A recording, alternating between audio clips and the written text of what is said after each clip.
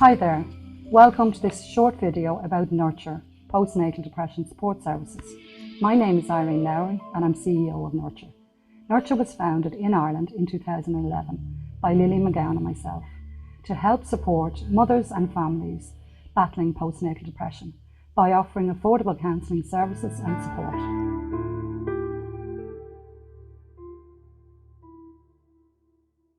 Did you know that there's 12,000 mothers in Ireland today battling postnatal depression?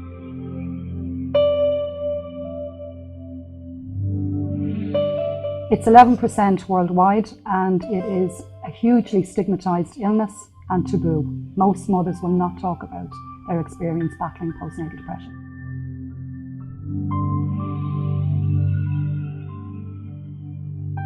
We think ourselves it's because they feel they're a failure and it's supposed to be the most joyous occasion of their lives. They miss out on that and they really don't know what's happening to them and they can't cope.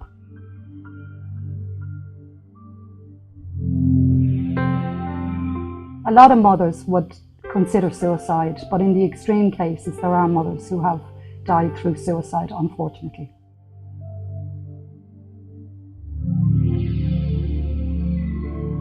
Yes, it depends on when you get some help. In the beginning, it can be baby blues for the first 10 days.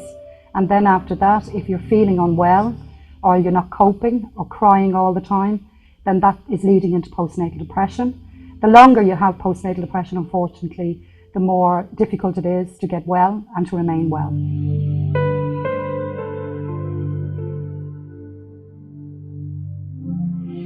We would suggest to mothers that they should go and seek help, professional help from a GP. The GP will then know what level they are at with postnatal depression and how they're battling with it on a day-to-day basis, and then seek talk therapy, affordable counselling, or contact our charity Nurture.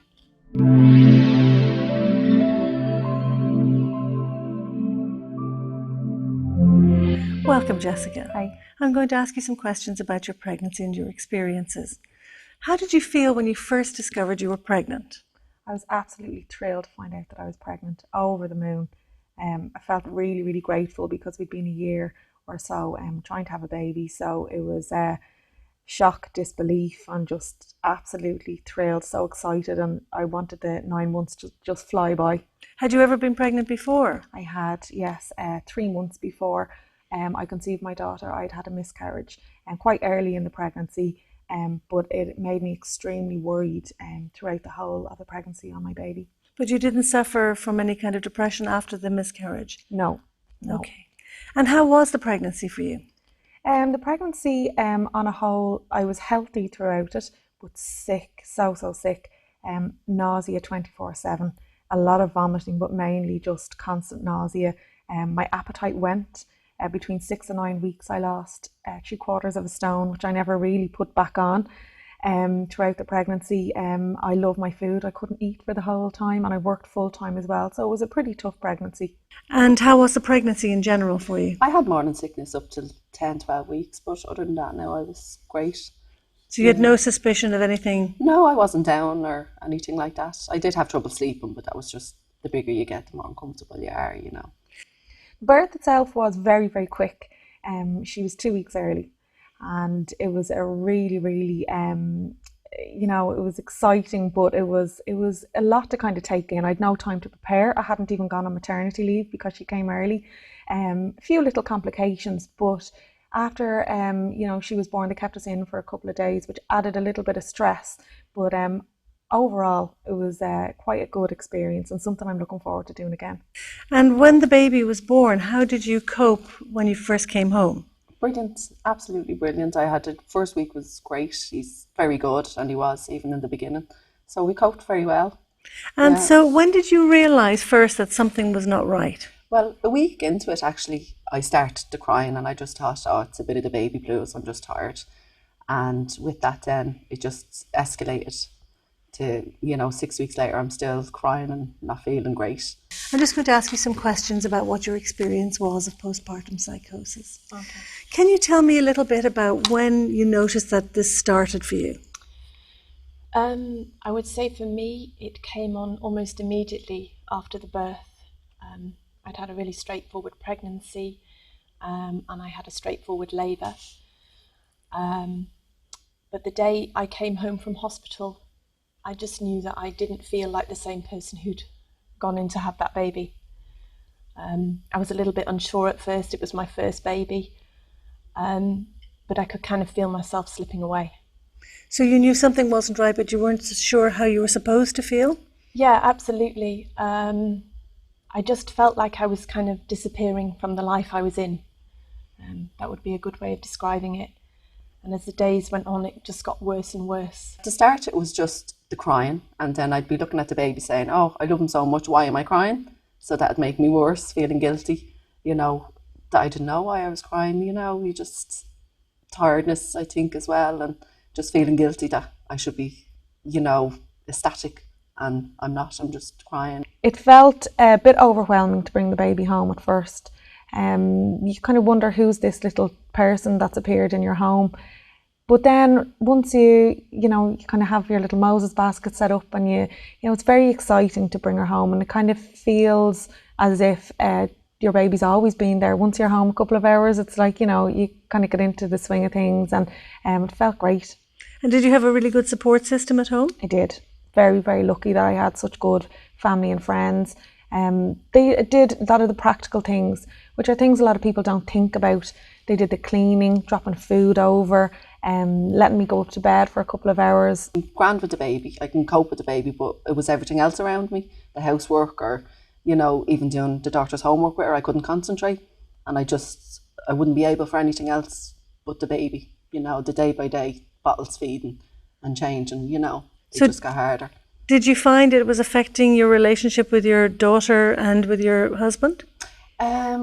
God, now how do I answer that? I did in myself, because I'm very hard on myself anyways, and I was always hands-on with everything, super mum, doing everything. But yeah, in a way I thought it did, because I hadn't got the dinner ready when they'd come in, or it'd be all about the baby.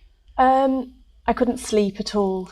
I couldn't sit. I couldn't be quiet.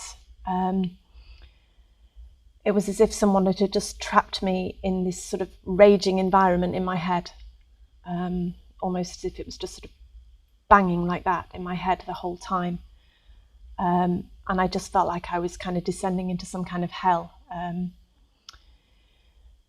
think that, women who have postpartum psychosis, they are almost in a false reality.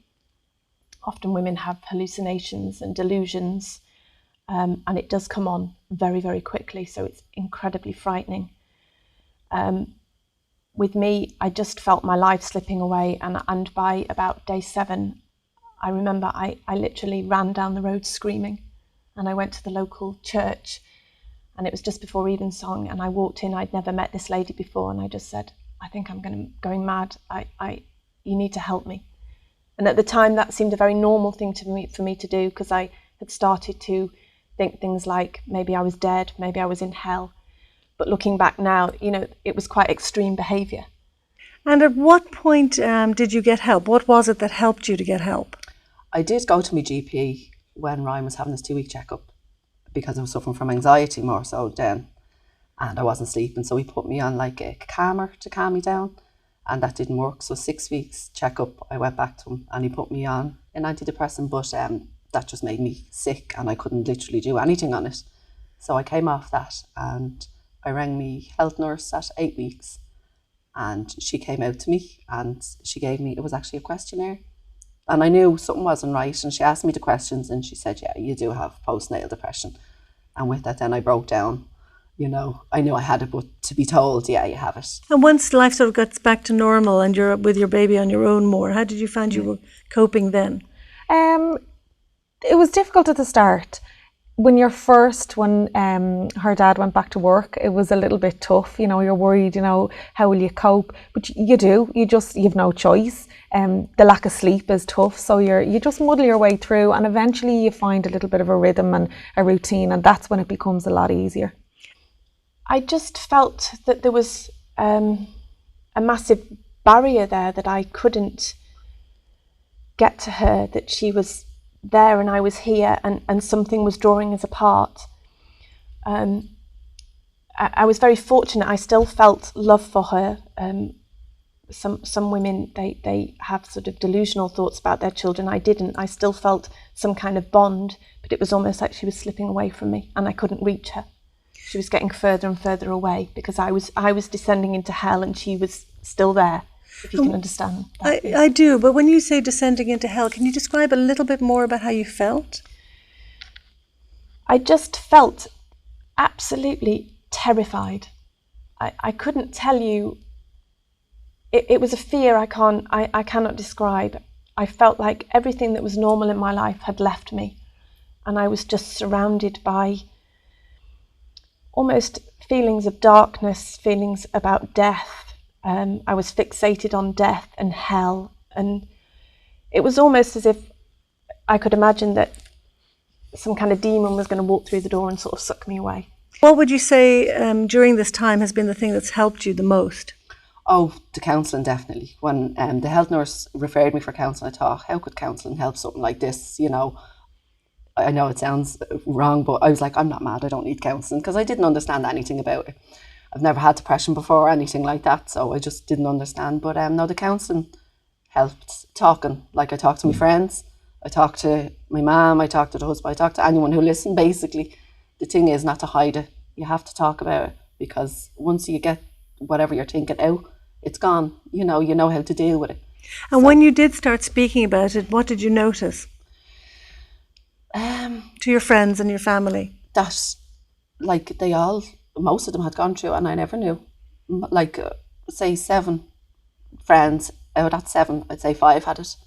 You know, like, or 6 even. You know, they all went through their own little bit.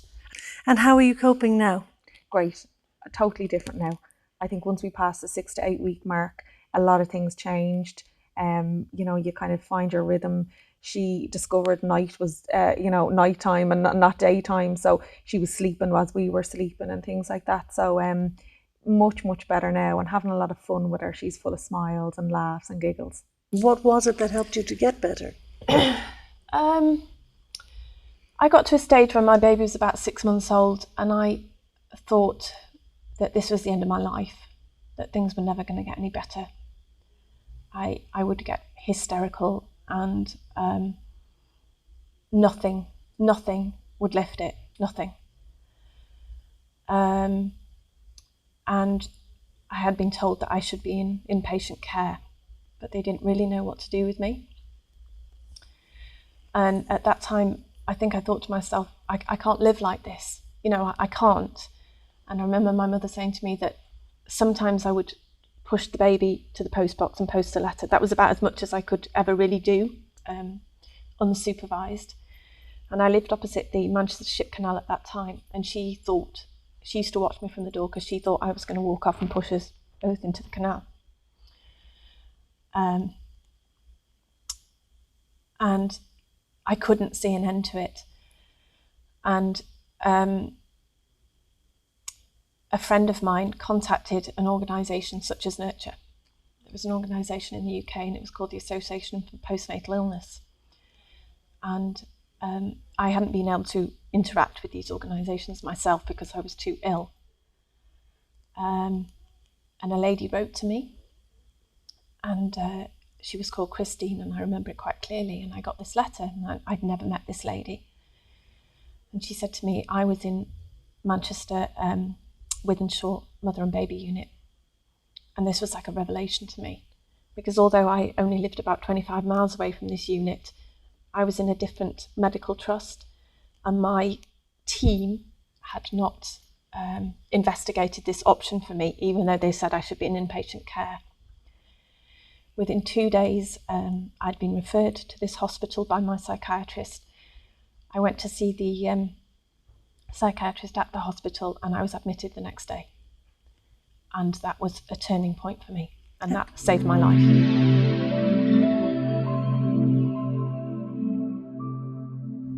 Hi, my name is Lillian McGowan, and I was involved in the setting up of Nurture in early 2011 with Irene Lowry. You could help Nurture to provide 8 weeks of counselling for one mother battling with the debilitating illness of postnatal depression.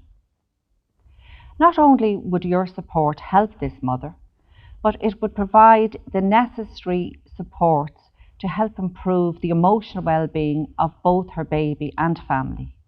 Finally, thank you for taking the time to watch this video, and we hope that it has helped to raise your awareness about the serious illness of postnatal depression.